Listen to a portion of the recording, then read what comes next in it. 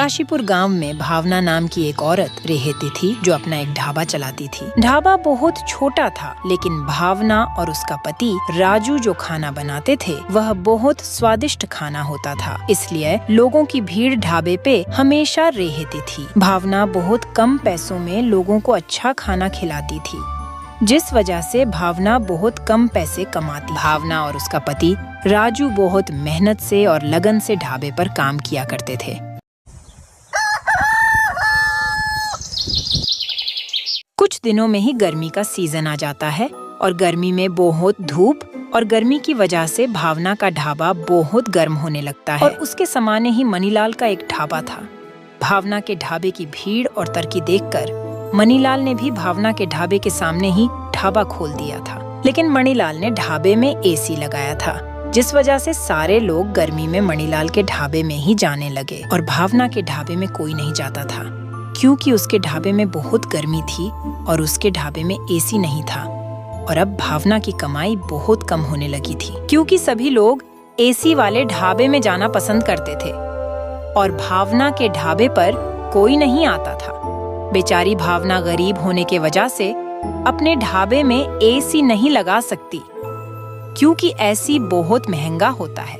हमें ढाबा बंद कर देना चाहिए, क्योंकि अब हमारे ढाबे पर कोई नहीं आ रहा है। हाँ भावना, तुमने सही कहा। अब हम कर ही क्या सकते हैं, हम एसी तो नहीं लगा सकते। हाँ, तुमने सही कहा राजू, ठीक है। अब हमारे पास थोड़ी सी दाल और थोड़े से चावल बचे हैं, जिसे हम कल बना लेंगे और उसके बाद हमारा ढाबा हम बंद कर देंगे, क्योंकि कोई ग्राहक ही नहीं आ रहा है, तो ढाबा चलाने का क्या ही फायदा। ये सारी बातें जो मणिलाल चुपके से सुन रहा था, क्योंकि उसका ढाबा पास में ही था, तो मणिलाल उनके पास जाता है और उन्हें कहता है कि इन दोनों ने सही फैसला लिया है, जल्द से जल्द इस ढाबे को बंद कर दो। ये ढाबा मेरे एसी वाले ढाबे के सामने नहीं टिक पाएगा। तुम दोनों को लगता होगा मैं बहुत बुरा हूँ, पर मेरा दिल बहुत बड़ा है। मैं तुम्हें अपने यहाँ पर झाड़ू पोछे के लिए रख लूंगा।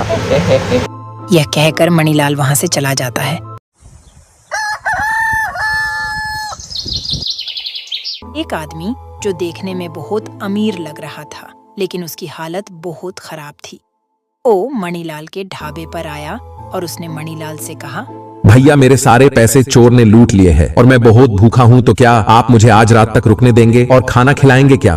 यह सुनकर मणिलाल बोला, कोई तरीका हुआ भिख मांगने का, देखने में तो अच्छे खासे लग रहे हो। अरे भाई मैं सच कह रहा हूँ, मुझे एक चोर ने लूट लिया। अच्छा, अगर पैसे नहीं है तो मैं क्या करूँ? मैंने कोई धर्मशाला तो नहीं खोल रखी जो किसी भिखारी और जरूरतमंदों की मदद करूँ। निकल जाओ, मेरे ढाबे से पैसे नहीं है तो आ जाते हैं कहाँ से भिखारी लोग। और यह कहकर मणिलाल उस आदमी को ढाबे से बेइज्जत करके निकाल देता है और वह आदमी भावना के ढाबे पर चला जाता है और भावना से कहता है कि मेरे साथ ऐसा सब ये हुआ है। ये सुनकर भावना और राजू ने कहा, आइए आप हमारे ढाबे पर। और उस आदमी को खाना खिलाया, उसको ढाबे पर रात भर रुकने भी दिया, उसकी अच्छी खातिरदारी की। आपका बहुत बहुत धन्यवाद, आप दोनों ने मुझे खाना खिलाया और रात भर ढाबे पे रुकने दिया। आप बहुत खुशकिस्मत वाले हैं। आज हमारा आखिरी दिन है और आप आ गए। क्या आपका आखिरी दिन है? मतलब क्या मैं कुछ समझा नहीं। मेरे ढाबे में एसी नहीं है, इसलिए कोई मेरे ढाबे में खाना खाने नहीं आता। सभी सामने के ढाबे में खाना खाने जाते हैं जहाँ गर्मी नहीं है। इस वजह से मैं अपना ढाबा बंद करने वाली हूँ, क्योंकि मेरे पास इतने पैसे नहीं है कि मैं अपने ढाबे में एसी लगा सकूं, जिससे कोई ग्राहक ढाबे में आ सके। तुम दोनों ने मेरी बहुत मदद की है, इसीलिए अब मैं तुम्हारी मदद करना चाहता हूँ। मैं शहर का बहुत अमीर व्यापारी हूँ और अब मैं तुम्हारी मदद करूँगा। मैं कल ही तुम्हारे पास वापस आता। अगले दिन ढाबे में उस आदमी ने 4 बड़े बड़े एसी लगवा दिए, जिसकी वजह से भावना का ढाबा एकदम ठंडा हो गया। और ये देख मणिलाल उस अमीर व्यापारी से खेहता है, तुमने यह सही नहीं किया। तुम कैसे इनकी मदद कर सकते हो? अरे तुमने तो मेरी मदद नहीं की थी, तुम्हें तो पैसे चाहिए थे और अब निकलो यहाँ से। और तुमने अगर भावना और राजू को परेशान किया तो तुम्हारे साथ अच्छा नहीं होगा।